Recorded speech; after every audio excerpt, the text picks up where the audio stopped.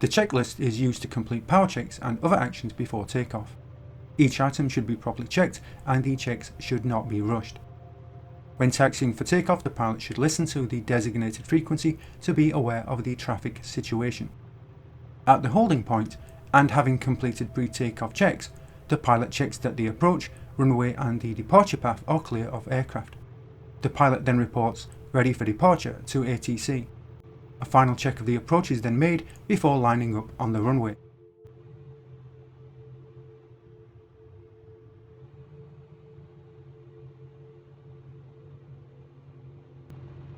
At the start of the takeoff run, engine thrust overcomes the inertia of the stationary aircraft, and the aircraft accelerates down the runway.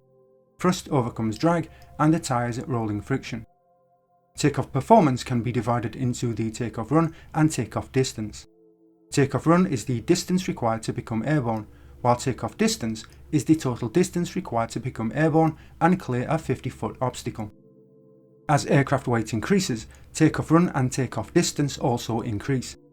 Aircraft acceleration is reduced, rotation speed increases, and climb performance is reduced.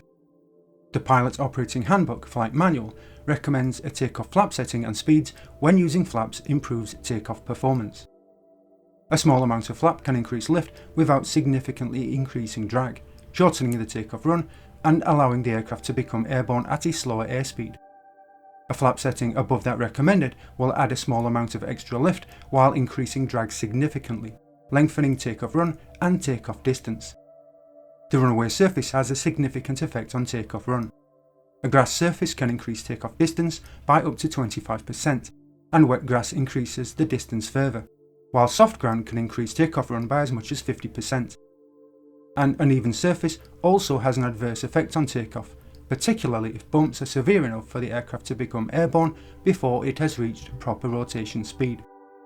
The slope of the runway affects acceleration. A downward slope increases acceleration and shortens the takeoff run, while an upward slope reduces acceleration and lengthens the takeoff run. Probably the most significant factor in determining takeoff run and takeoff distance is wind speed and direction. Taking off into the wind reduces ground speed required at liftoff, shortens the ground run, and steepens climb angle after takeoff. Aircraft control is also improved. Wind airflow over the aircraft creates an airspeed element, even when stationary. For example, when taking off with a 15-knot headwind, when the aircraft has reached 50 knots ground speed, airspeed has reached 65 knots. The aircraft can therefore take off at a lower ground speed. Taking off with a tailwind lengthens takeoff distance. For example, a tailwind of 5 knots can increase takeoff distance by 20%. Most light aircraft have a propeller that rotates clockwise, causing the aircraft to your left as power is increased. As the propeller rotates, the aircraft will try to rotate in the opposite direction, creating a force on the left main undercarriage and causing a yaw to the left. This is torque effect. The helix of the slipstream meeting the fin and rudder also yaws the aircraft to the left. This slipstream effect is more pronounced at slow airspeeds and high power settings. Power should be applied smoothly from idle to full power, with the progression taking at least 2 seconds. The gradual application of power improves directional control as yaw effect also increases gradually. The rudder pedals are used to maintain directional control during the takeoff run. The rudder pedals of most nose-wheel aircraft steer the aircraft as well as controlling the rudder. To reduce loading on the nose undercarriage, which is weaker than the main undercarriage, back pressure is held on the control column at the start of the takeoff run. The pilot uses a landmark well ahead of the aircraft as a reference during takeoff to properly judge directional control. During the takeoff run, engine and aircraft performance is checked from memory. Airspeed is rising, RPM indicates the engine is developing full power, and engine temperatures and pressures are within limits. These checks should take no more than a couple of seconds. At recommended rotation speed, the aircraft nose is progressively pitched up to increase the angle of attack of the wings. With enough lift produced, the aircraft leaves the ground. When established in the climb, the excess of thrust over drag defines the angle of climb.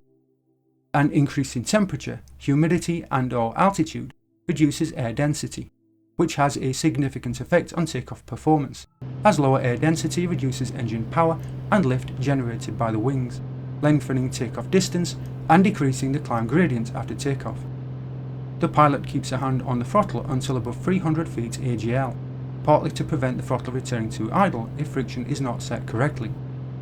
Once airborne, normal climb attitude is progressively established. Not below 500 feet, the pilot looks out for traffic, selects a suitable landmark off the wing for directional control, and makes a 15-degree climbing turn to the left.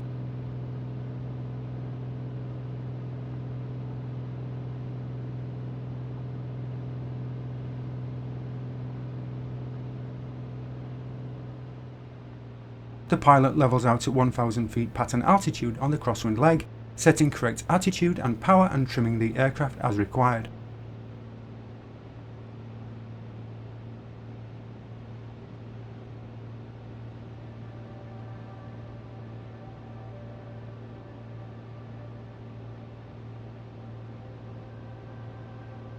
The pilot then looks out for traffic, selects a landmark, and turns to the downwind leg at 30 degrees angle of bank.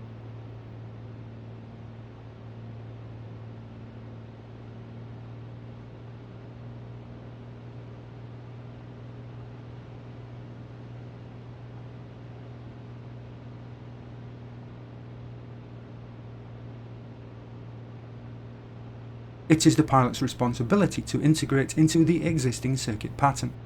The role of ATC is to assist the pilot. The pilot requests ATC to say again if an instruction or message is not understood.